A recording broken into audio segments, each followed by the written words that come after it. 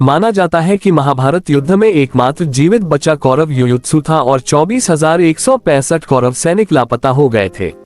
Love और कुश की 50वीं पीढ़ी में शल्य हुए, जो महाभारत युद्ध में कौरवों की ओर से लड़े थे।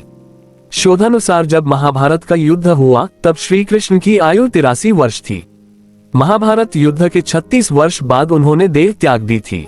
इसका मतलब 119 वर्ष की आयु में उन्होंने देह त्याग किया था। भगवान श्री कृष्ण द्वापर के अंत और कलियुग के आरंभ के संधि काल में विद्यमान थे। ज्योतिषीय गणना के अनुसार कलियुग का आरंभ शक संवत से 3176 वर्ष पूर्व की चैत्र शुक्ल एकम प्रतिपदा को हुआ था। वर्तमान में 1936 शक संवत है। इस प्रकार कलियुग को आरंभ हुए 5112 वर्ष हो गए हैं।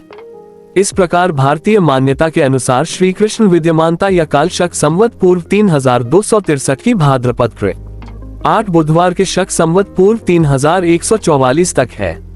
भारत का सर्वाधिक प्राचीन युधिष्ठिर संवत, जिसकी गणना कलियुग से 40 वर्ष पूर्व से की जाती है, उक्त मान्यता को पुष्ट करता है। कलियुग के आरंभ होने से 6 माह पूर्व मार्गशीर्ष शुक्ल 14 को महाभारत का युद्ध का आरंभ हुआ था, जो 18 दिनों तक चला था। आओ जानते हैं महाभारत युद्ध के 18 दिनों के रोचक घटनाक्रम को।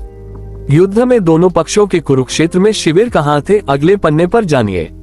महाभारत युद्ध से पूर्व पांडवों ने अपनी सेना का पड़ाव कुरुक्षेत्र के पश्चिमी क्षेत्र में सरस्वती नदी के दक्षिणी तट पर बसे समंत्र पंचक तीर्थ के पास हिरण्यवती नदी सरस्वती नदी की सहायक नदी के तट पर डाला। कौरवों ने कुरुक्षेत्र के पूर्वी भाग में वहां से कुछ योजन की दूरी पर एक समतल मैदान में अपना पड़ाव डाला। दोनों ओर के शिविरों में सैनिकों के भोजन और घायलों के इलाज की उत्तम व्यवस्था थी। हाथी, घोड़े और रथों की अलग व्यवस्था थी। हजारों शिविरों में से प्रत्येक शिविर में प्रचुर मात्रा में खाद्य सामग्री, अस्त्र शस्त्र, यंत्र और कई वैद्य और शिल्पी वेतन देकर रखे गए। दोनों सेनाओं के बीच में युद्ध के लिए 5 योजन, 1 योजन इक्वल्स 8 किलोमीटर की परिधि, विष्णु पुराण के अनुसार 4 कोस या कोश इक्वल्स 1 योजन इक्वल्स 13 किलोमीटर से 16 किलोमीटर इक्वल्स 40 किलोमीटर का घेरा छोड़ दिया गया था।